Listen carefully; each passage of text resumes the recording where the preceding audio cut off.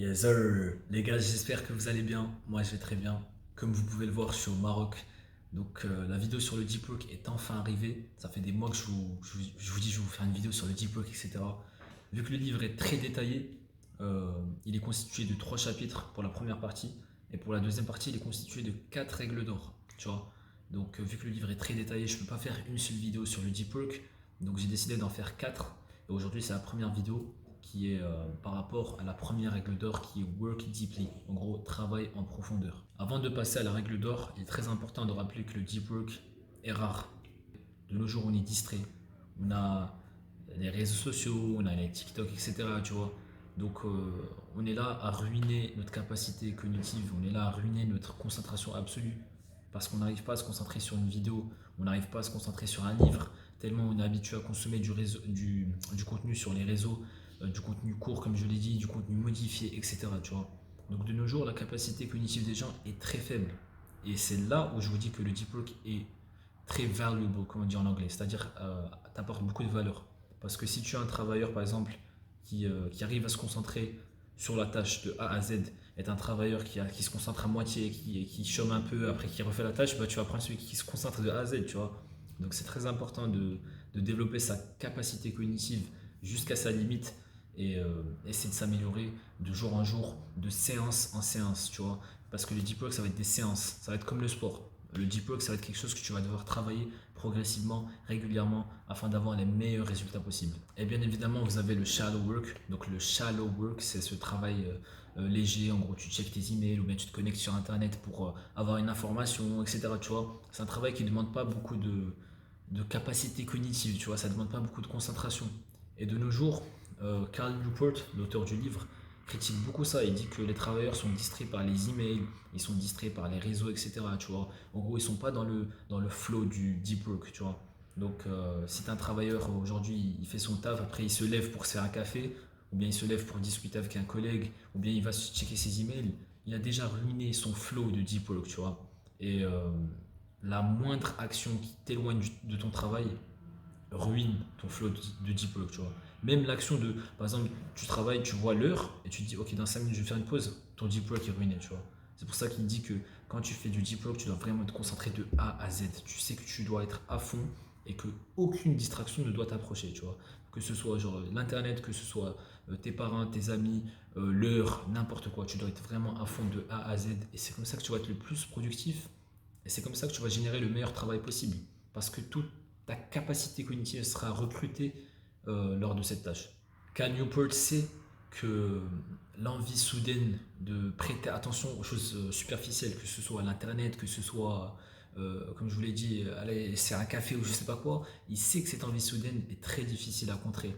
Vous voyez, il dit vraiment que il y a des études qui ont été faites et la plupart des gens n'arrivaient pas à se concentrer de A à Z. À un moment donné, ça y est, c'est soit ils checkaient leur téléphone, soit ils se levaient, soit ils faisaient quelque chose, tu vois.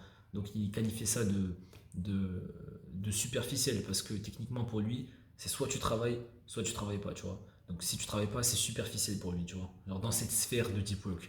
Donc il dit que le seul moyen de contrer ça, et le seul moyen de surmonter cet obstacle, c'est d'avoir des routines et des rituels.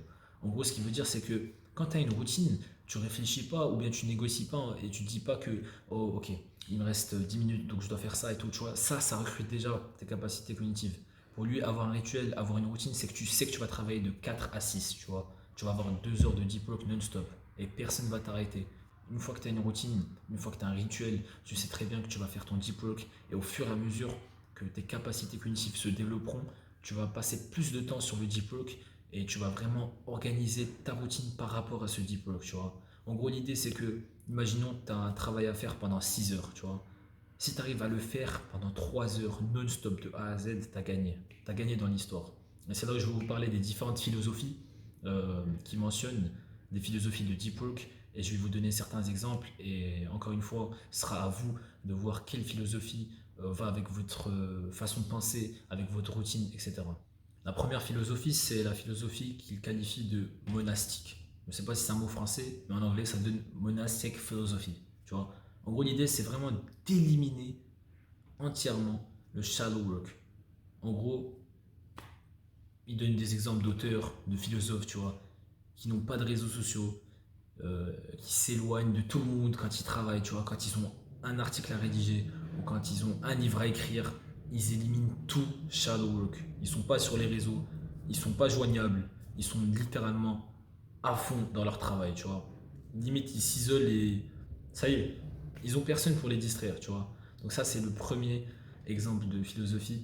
Je trouve que de nos jours, c'est difficile parce que si tu habites en famille, forcément, tu seras distrait par tes parents si t'appellent pour manger, etc. Tu vois, ou bien tu vas te limiter à plusieurs choses. C'est pas facile pour notre âge, surtout les jeunes. Ça, c'est plutôt pour quelqu'un, un auteur ou un philosophe qui est à fond dans son travail et qui doit absolument rendre quelque chose, tu vois. Donc, c'est vraiment s'isoler et faire le taf, quoi. La deuxième philosophie, c'est une philosophie que Cal Newport qualifie de bimodal philosophie.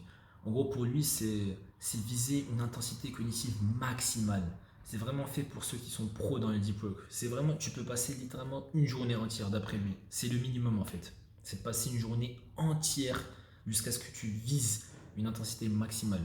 Et, euh, et c'est quelque chose qui va leur permettre ensuite de, c'est-à-dire si on prend une semaine, pour lui, c'est 4 jours intenses, sans aucune distraction, où tu vises une intensité cognitive maximale.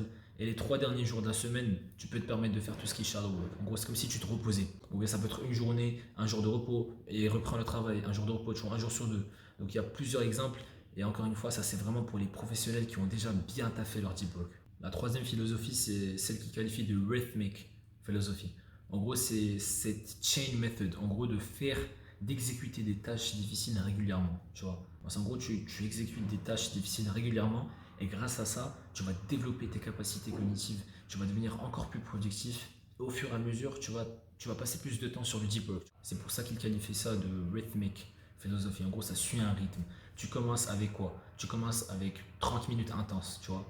Le deuxième jour, tu commences avec 1 heure, et etc., etc., tu vois. Donc, en gros, ça suit un rythme. Et je pense que c'est une des meilleures méthodes pour les débutants euh, pour le deep work. Et c'est la meilleure façon de ne pas passer en burn-out, c'est-à-dire de se cramer tout simplement. La dernière philosophie, c'est journalistic philosophy. En gros, c'est plutôt une philosophie qui va beaucoup marcher pour les journalistes. Pour faire simple, un journaliste, c'est quelqu'un qui va regarder la télé, qui va se déplacer pour avoir des renseignements, etc. Tu vois. Et l'idée, c'est que tu dois incorporer ton deep work dès que possible, tu vois, dans ta routine. Donc un journaliste qui va se déplacer, qui va regarder, qui va écouter, sera constamment distrait, tu vois, ce ne sera pas du deep work. Mais quand il va devoir rédiger quelque chose, là, ça se transforme en deep work, tu vois. En gros, il dit que un journaliste qui sait ce qu'il fait va exceller en adoptant cette philosophie, tu vois. C'est-à-dire que tu es là, tu fais tes renseignements, etc. Mais quand tu dois rédiger un truc, ça y est, tu fermes tes oreilles, tu fermes tes portes, tout ce que tu veux, et tu rédiges tout ce que tu as appris auprès des gens ou bien auprès de la radio, de la télé, etc. Tu vois. Maintenant que je vous ai donné une idée générale et que je vous ai donné pas mal de philosophie, je vais vous parler de la discipline, des différentes méthodes, des différentes disciplines à adopter afin de choisir une de ces philosophies ou tout simplement de travailler en deep work pour faire simple en tant que débutant.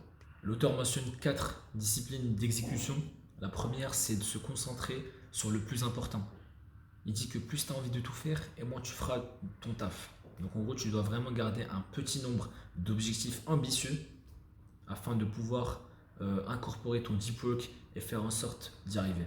La deuxième discipline, c'est de mesurer son progrès. Mais c'est pas de le mesurer physiquement, c'est vraiment de se mettre en introspection et de se dire, ok, cette semaine, j'ai été productif. Ou bien cette semaine, j'ai été distrait à un moment donné. Qu'est-ce qui m'a distrait? Est-ce que j'ai été productif de A à Z, etc. Tu vois, tu te poses des questions et tu essaies de t'améliorer et d'adopter un comportement d'élève ou bien de travailleur sérieux de A à Z, tu vois. La troisième discipline d'exécution, c'est de garder un tableau ou une feuille qui montre ton progrès, tu vois. Pour l'autre discipline, je vous ai dit, c'est plutôt de l'introspection, tu vois. Tu te remets en question, tu vois qu'est-ce qui a marché, qu'est-ce qui n'a pas marché. Mais pour cette discipline, c'est vraiment d'avoir, par exemple, des cases où tu coches. Par exemple, tu vises 2 heures de deep work, tu coches, et l'autre jour, tu coches, etc. Tu vois. En gros, tu gardes quelque chose de physique devant tes yeux qui va te pousser à être compétitif. Vous voyez, c'est très important parce que ça va vous rappeler tous les jours. Vous allez voir ce tableau, vous allez vous dire, ok, j'ai fait 2 heures, je peux faire 2 heures encore, tu vois. Et pourquoi pas 3 heures la prochaine fois, etc. Tu vois. Donc c'est vraiment très important d'avoir quelque chose qui te rappelle comme quoi tu as été productif et que tu dois continuer à être productif. Enfin, la quatrième discipline, elle est similaire à la deuxième discipline. Donc, c'est cette introspection, c'est, comment dire en anglais, cette accountability, où tu vas te dire, ok, c'est de ma faute, j'ai été distrait à ce moment-là, tu vois, je dois changer ça, la semaine prochaine, je serai encore meilleur, etc. Tu vois. Donc, c'est vraiment cette idée de continuous improvement. Pour faire simple, pour les débutants, il faut donner la priorité à l'exécution avant de donner la priorité à la stratégie. Et il faut donner la priorité à la régularité avant de donner la priorité à l'intensité. En tant que débutant, tu ne veux pas faire des stratégies, te dire ok ouais je vais faire non, non. En tant que débutant, tu dois d'abord être régulier, tu vois. Faut t'habituer. C'est comme un débutant en muscu, tu vois. Un débutant, faut pas lui donner tout un programme de A à Z. Non, faut lui dire fais un peu de pompe, fais un peu de dips, tu vois. Au moins essaie d'avoir cette force brute, tu vois. Regarde ce que ça donne, regarde comment est-ce que tu te sens, tes muscles, etc. Tu vois. Et ensuite, une fois que tu as les bonnes bases, etc., une fois que tu sais comment ça se passe, là, je te donne un programme, et là, tu seras organisé, et là, tu verras comment est-ce que tu vas t'améliorer, tu vois. C'est comme ça que j'ai réfléchi, et Cal Newport réfléchit de la même façon pour le deep work. C'est quelqu'un qui ne veut pas nous faire peur à rentrer dans ce flow de deep work. Au contraire, il nous dit, en tant que débutant, ton max, ça doit être 1 heure, tu vois. Pour les pros, ça doit être 4 heures jusqu'à une journée même. Il ne faut pas oublier la théorie ART, Attention Restoration Theory. En gros, c'est cette théorie qui te dit que une fois que tu as été à fond dans le deep work, tu dois donner ton temps, tu dois donner du temps plutôt à ton cerveau de se reposer parce que sinon le prochain jour ou bien les 2 prochains jours, tu ne seras pas aussi concentré que ça. Et c'est tout à fait normal, on est des humains, on n'est pas des robots. Donc c'est pour ça que je vous dis en tant que débutant, ce sera 1 heure, ensuite peut-être 2 heures, 3 heures, 4 heures de deep work, tu vois. Parce que la majorité des gens vont dire, oh mais moi je bosse 6 heures, je bosse 8 heures. Mais en général, c'est pas 6 heures, 8 heures non-stop sur leur feuille, tu vois, ou sur leur ordinateur. C'est peut-être 2 heures, 3 heures, et ensuite il y a leur téléphone, entre-temps, tu vois, ils se déplacent, ils vont se faire un café ou je sais pas quoi. Tout ça, ça ruine le flow du deep work. C'est pour ça qu'il faut vraiment s'organiser pour faire en sorte de tout donner durant le deep work et ensuite de réfléchir à ce que tu vas faire, tu vois.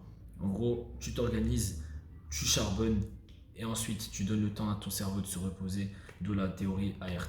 Donc voilà les gars, je pense vous avoir tout donné par rapport à la première règle d'or qui est de travailler en profondeur. On se retrouve dans pas longtemps pour une nouvelle vidéo. Ciao.